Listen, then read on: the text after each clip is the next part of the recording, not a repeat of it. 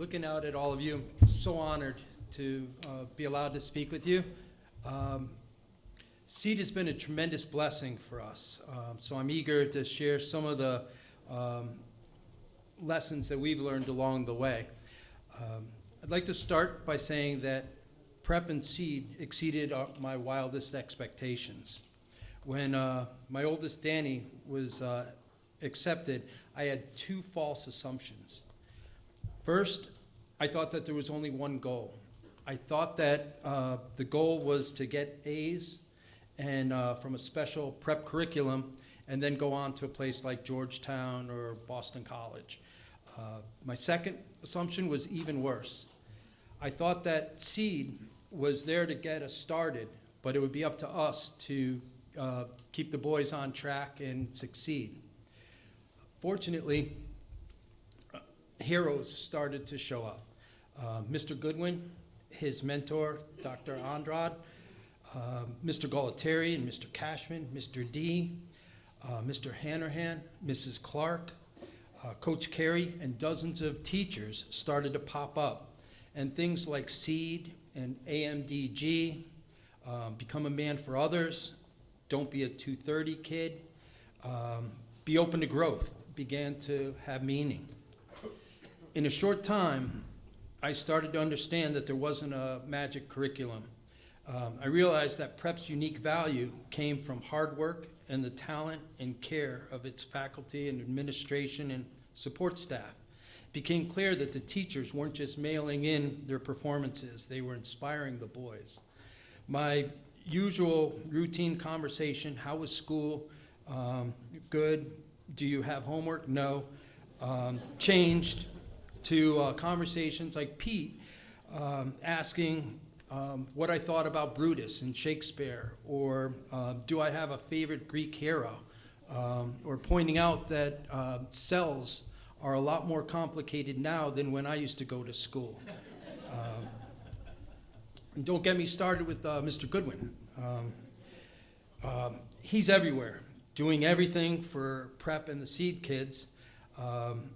Last night, it dawned on me that he plays his position like Steph Curry did in Game 7, LeBron in 2016.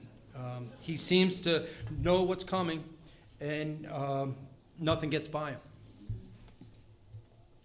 Now that 4 years have passed for my oldest, I noticed that his prep education was divided into two parts, each lasting 2 years and separated by a transformative event called the Kairos Retreat. Part one was tough. It was about laying groundwork. It was about developing good habits, learning to do hard work, meeting people, not just students, but the teachers, and learning to trust what the teachers had to say. It was about figuring out transportation and figuring out how to manage time better, finding a quiet place on campus to do some schoolwork but before or after practice or a club event. During this time, this first 2-year period, my only recommendation is that guys just need to roll up their sleeves and get the growing part done. Part two was astonishing. It started with Kairos, and it's where Danny took giant steps towards becoming a man for others. It seemed as if once the foundation was laid, or laid good enough, Prep, with Seed backing him up the whole way, sent him into the world to experience people from very different walks of life. They didn't just give him a book or show him a movie about people in Appalachia or at-risk kids in Brooklyn or the civil rights movement in the South during the 50s and 60s. They sent Danny to those places to live and work with the people. Danny went to Montgomery and Atlanta with Seed Brothers and got a deep meaning of what happened down there. And they left something positive behind. They rehabilitated a basketball court that had been vandalized. Danny went to Appalachia and repaired a community center in an impoverished community. Danny spent almost a month with kids from Brooklyn, living and working with them, and it's where he learned that he had a passion for education. I'm sure that everybody's journey at Prep will be a little different, but I'm also sure that Prep is ready and able to deliver a very powerful education if the students want one. I'd like to end with a little advice. First, start early. Get those good habits in place, trust your teachers, and defend your GPA by completing your assignments and getting them in on time, preparing for tests. And as Mrs. Clark points out, the GPA is cumulative. So the quicker you get that down, the smoother I think your GPA will be. Second, be open to growth. Prep will provide an enormous number of amazing opportunities. Danny was excellent at it. He started wrestling and playing rugby in his senior year.